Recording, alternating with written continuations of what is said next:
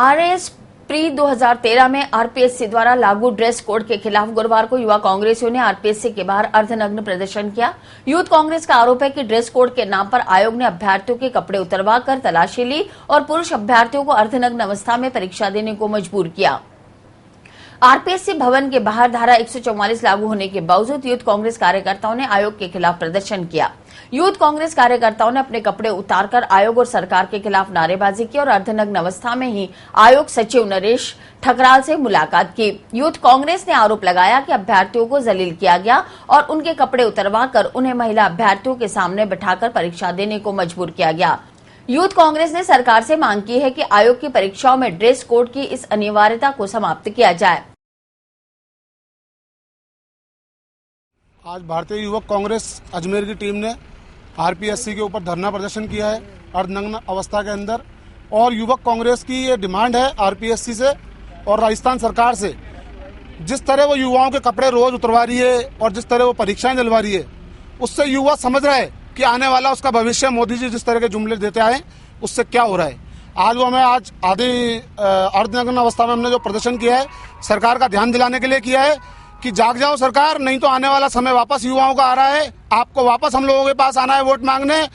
और अगर आप नहीं चाहते अभी तो युवक कांग्रेस अजमेर के अंदर और पूरे राजस्थान के अंदर एक जन आंदोलन चलाएगा जो पूरी तरह भाजपा सरकार के खिलाफ होगा। इन्होंने जो अर्धनग्न अवस्था के अंदर जो आरएससी के एग्जाम कराए थे उसको लेकर के आज युवा कांग्रेस से प्रदर्शन किया गया है और उनको एक बुके, उनको सफल परीक्षा के लिए उनको एक बुके उनको भेंट किया गया है।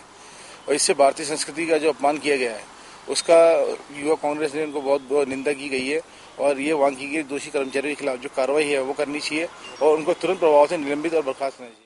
राष्ट्रीय सफाई आयोग की सदस्य डॉक्टर लता माओतो गुरुवार को अजमेर आई तो उन्होंने कलेक्ट्रेट के सभागार में जिला प्रशासन, पुलिस और नगर निगम के साथ साथ जिले के अन्य निकाय अधिकारियों की बैठक ली।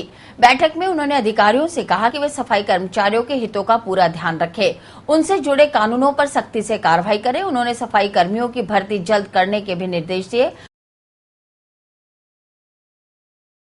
आज सफाई कर्मचारियों के हितों के लिए जो कुछ भी योजनाएं सरकार स्तर पे जो होती है उसका इम्प्लीमेंटेशन अच्छी तरह से हो, ऐसे हमने निर्देश दिए हुए हैं। और सबसे महत्वपूर्ण बात यह है कि यहाँ पर जो भर्ती प्रक्रिया रुकी हुई है उस भर्ती प्रक्रिया को फिर से शुरू करने के निर्देश हमने दिए हुए हैं।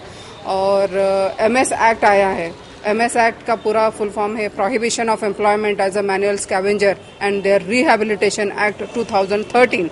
इस एक्ट के तहत कोई भी सफाई कर्मचारी जो अपने बिना सुरक्षा साधनों के कोई उनसे ये काम सफाई का काम अगर करवाता हुआ पकड़ा जाता है या वो कोई खुद भी शिकायत करता है तो जो ये काम उनसे करवाता होगा उस पे इस एमएस एक्ट की धारा 5 और 6 के तहत मुकदमा दायर हो सकता है, जो एक जिसमें बेल नहीं होती है, उसमें 1 साल की सजा और 50,000 रुपए का जुर्माने का प्रावधान है। हालांकि बैठक में डॉक्टर लता 2 ज्वलंत मुद्दों, कुछ महीने पहले पुष्कर में हुई सीवरेज दुखांतिका और ठेका व्यवस्था में सफाई कर्मियों के साथ हो रहे शोषण पर अनजान बनी रही। पत्रकारों ने बातचीत में जब उनसे इन मुद्दों के बारे में पूछा तो वे जानकारी नहीं होने की बात कहकर रवाना हो गई। एट्रोसिटी एक्ट के तहत भी सफाई कर्मचारी एक ऐसी कम्युनिटी से ही जनरली बिलोंग करता है, तो इनके काम के स्थल पे इनके साथ में अलग अलग टाइप के व्यवहार अगर होते हैं तो उस पर भी हमने एट्रोसिटी की केसेस अभी तक कितनी कहीं दायर हुई है इसके लिए भी हमने पूछताछ की, जिसमें पता चला कि 4 कोई केसेस यहाँ पर दायर हुई है, तो उस पर तुरंत एक्शन और तुरंत एफआईआर करने के हमने निर्देश दिए हुए हैं। कर्मचारी अगर सीवेज में उतर के काम करता है या उसमें उसकी कोई मृत्यु होती है तो सुप्रीम कोर्ट के गाइडलाइंस के मुताबिक लोकल बॉडी जो होती है उसकी रिस्पॉन्सिबिलिटी है कि उसके परिवारजनों को, उसके करीबी रिश्तेदार को 10 लाख रुपए मुआवजा देने का प्रावधान है। तो अभी मैंने सुना है, मेरे पास में ये केस अगर पहले आई होती तो मैं जरूर इसको हैंडल करती, तो मेरे को अभी जस्ट आपने बताया कि यहाँ पे पुष्कर में 3 केसेस हुई है, तो अगर ये हम इसको अभी जा ही रहे हैं हम पुष्कर के तरफ, तो वहाँ पर जाके देखते हैं और ये लोगों को जरूर न्याय मिलेगा। इससे पहले सफाई कर्मचारी आयोग के सदस्य डॉक्टर लता ने सभी अधिकारियों को स्वच्छता की शपथ भी दिलाई।